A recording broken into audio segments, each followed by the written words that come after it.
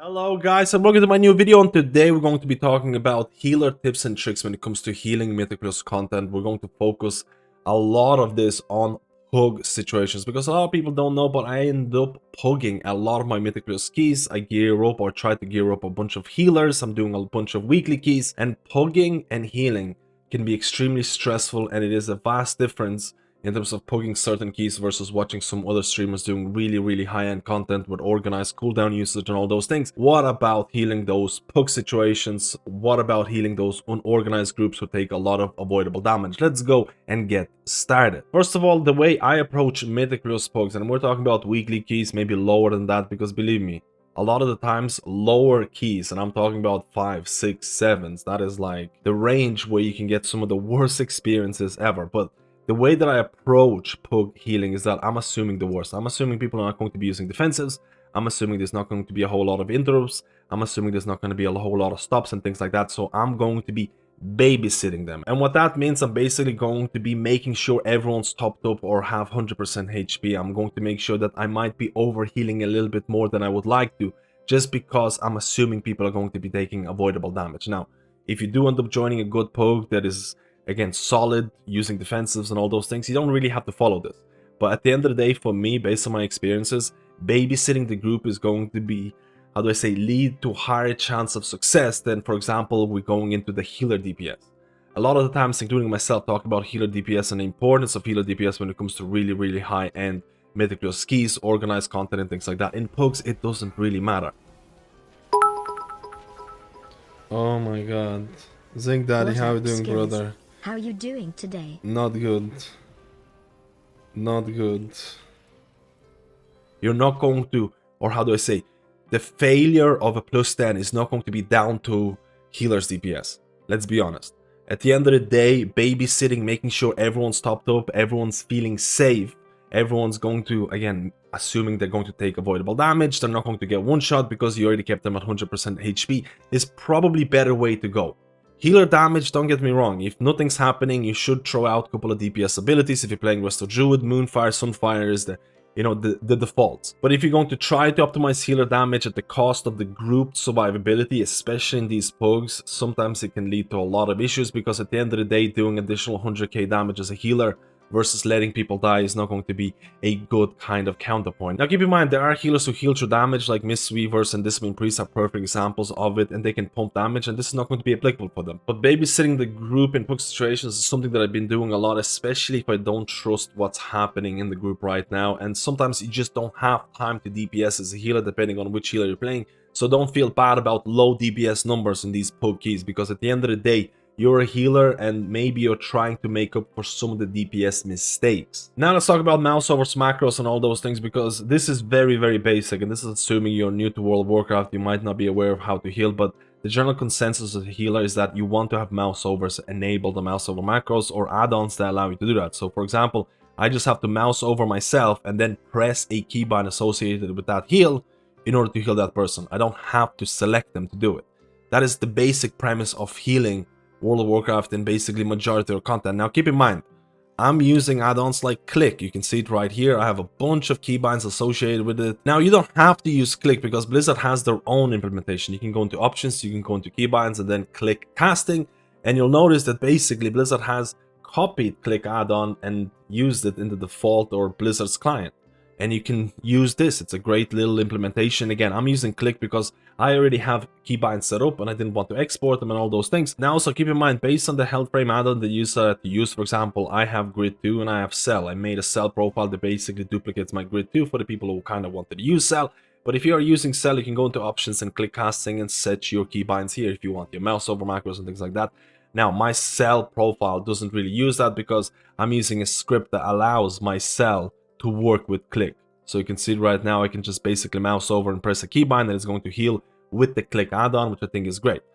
Outside of this, there's another way of healing, specifically in Mythic Plus content and also PvP. I call it the PvP keybinds or whatever. So if you've done PvP, you're fully aware of this. You can set a keybind, for example, let's say 1 is going to select player number 1 in your group. And then after that, you can just click a keybind associated with the heal that you want to press. And basically, if you want to heal target number 2, you press, let's say, for example, 2. If you want to heal target number 3, you press 3 and you select them.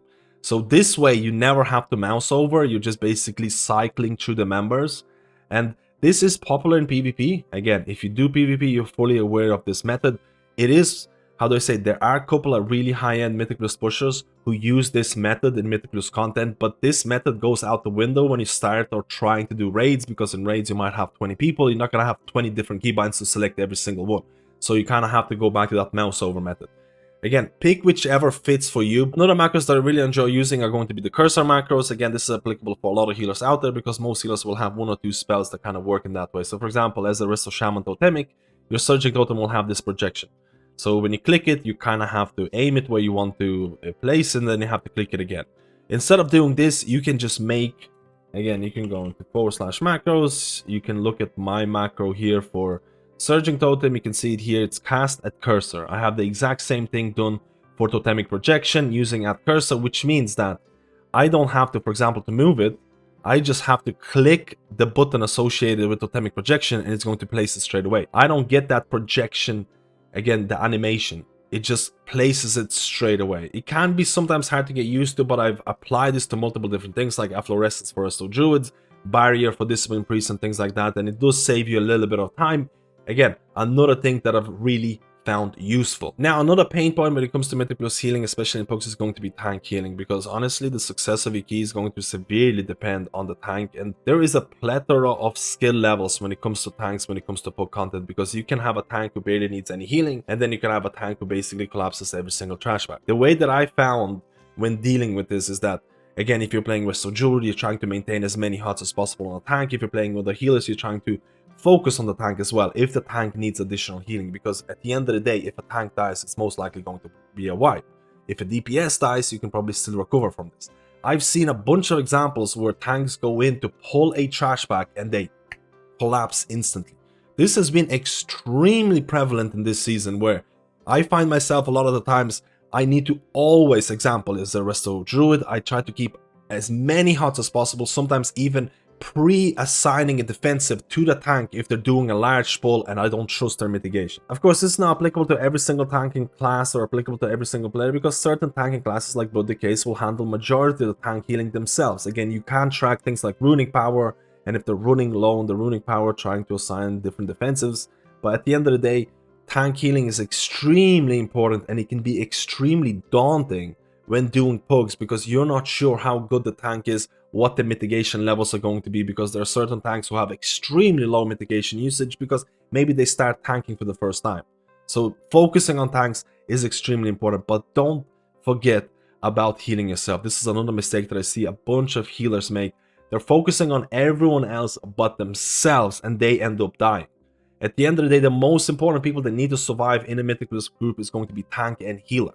If they survive, everything else can still, to some extent, be salvageable. If the tank dies, if the healer dies, it's most likely a wipe. So as a healer, let's say, for example, before big AoE damages are coming, when you're trying to heal other players, always make sure that you're also in that safe zone, that you're not going to collapse, that you're not going to die, because a lot of people seem to, or tend to, forget about themselves, especially when start healing for the first time. And of course, when talking about healing, you have to talk about add-ons and WeakAuras, because believe it or not, World of Add-ons is a thing. Add-ons are going to severely help your playing experience, and they're going to give you information that is not available by the default Blizzard UI. For example, targeted spells WeakAura, and this is something that a lot of people are using it. This WeakAura is going to give you an icon in the middle of your screen telling you that you're targeted by something. It's also going to make an audible notification telling you that you're targeted by something. Maybe you should think about pressing a defensive or focusing on healing yourself, and it's also giving you an icon on your player frames or party frames telling you that, for example, this person is targeted by something and there's going to be a cast on this person in the next 1 or 2 seconds. You should probably focus on them, maybe apply a shield if you're playing Discipline Priest, maybe reassign your Earth Shield to that person because they will need additional healing or additional focus. This kind of behavior, in my eyes, should be built into the default Blizzard UI because it is extremely mandatory, especially as a healer, but I think every single player should have this. And again, this WeakAura is really, really nice. And again, if you're using add-ons like Cell, you can actually go into the options. You can go into the indicators and you'll find something like targeted spells. And this is actually built into this by default. And you can actually configure which spells you want to add, remove, and things like that. So there's multiple ways of adding this. The WeakAura that I mentioned also adds an icon in the middle of the screen to tell you when you're targeted specifically, which might give you an additional notification or ways to react. And of course, I can't leave this section without mentioning OmniCD. This add-on is absolutely amazing because it lets you track offensive cooldowns, defensive cooldowns, it lets you track health pots, health stones, and all those things, and you can see which person can actually press a defensive, press a health pot. But keep in mind, there's a caveat to this. When doing PUG content, this add-on is borderline useless because most of the time, or a lot of the times, I will come across players who died without using a health pot, a health stone, or a defensive. I will come across players who dip to 10% HP without pressing any single defensive, or I'll meet players who are going to dip to 10% HP, they get healed up, and then they pop the defensive. So OmniCD is great, but at the end of the day, it's not really gonna help a whole lot when it comes to PUG content. The main way I use OmniCD right now is to see if the player is aware, because I can be instantly notified when a DPS player or whatever is aware of their surroundings. They're using their defensives, they're using their health pot. I'm already saying that, hey, this guy knows what they're doing because they're using them at the right times. Or, for example, if someone dies, I can just say, hey, buddy, you didn't use your health pot, you didn't use a defensive. You should really do that instead of blaming the healer or expecting the healer to heal through absolutely everything. So at the end of the day, OmniCD absolutely mandatory when you're pushing really high-end keys, especially if you trust your group. In PUG situations, you can just see at the lack of defensives being used and just cry in the corner as a healer. And this kind of falls into the add-on section, but honestly, the knowledge of dungeons, trash bag, bosses is going to be extremely important because knowing when to pop your cooldowns, knowing if there's going to be, for example, large AoE damage, is extremely important. WeakAuras like, for example, Consumables, the War Within Dungeons, have audible notifications that are going to tell you, hey, there's going to be AoE happening and you should think about popping a cooldown. So WeakAuras will help you, but the knowledge of the bosses, knowledge of the trash bags is going to be extremely important when you're pushing hierarchies, even when you're doing PUGs, especially if you're playing proactive healers that need to know before the damage happens because they need to blanket the group or whatever. Another thing that I want to mention is consumables, and I know this is applicable for every single player out there, but if you don't have a battle res, using convincingly realistic jumper cables is going to be extremely important because it can prevent wipes. It basically allows you to bring someone from dead, and you want to try and get rank 3 because the cast time here is going to be 2 seconds. It's also affected by your haste rating. If you're playing a healer that doesn't have a battle res, or even if you join a 5-man group that has a battle res class in there, I still like to stock up on rank 3 of jumper cables because who knows, maybe the class or the only class that can battle res dies. Jumper cables might prevent a wipe. I'm going to finish off this video with telling you that not every death is going to be your fault, and there is a lot of healer anxiety out there because I generally believe healing is extremely difficult. I've come across a lot of times where doing a +6 is going to be harder than doing a lot higher keys. And this is why I'm telling you that people are going to have extreme anxiety because they might be telling themselves, hey, I can't even heal a +6, +7, +8. How am I ever going to heal a 13, 14 or whatever? A lot of the times doing higher keys ends up being easier than healing these lower keys where no one's pressing defensives. You're just getting good practice. If you primarily do PUG content where no one's using defensives, interrupts or whatever, you're getting an extremely good practice because higher keys will tend to be easier.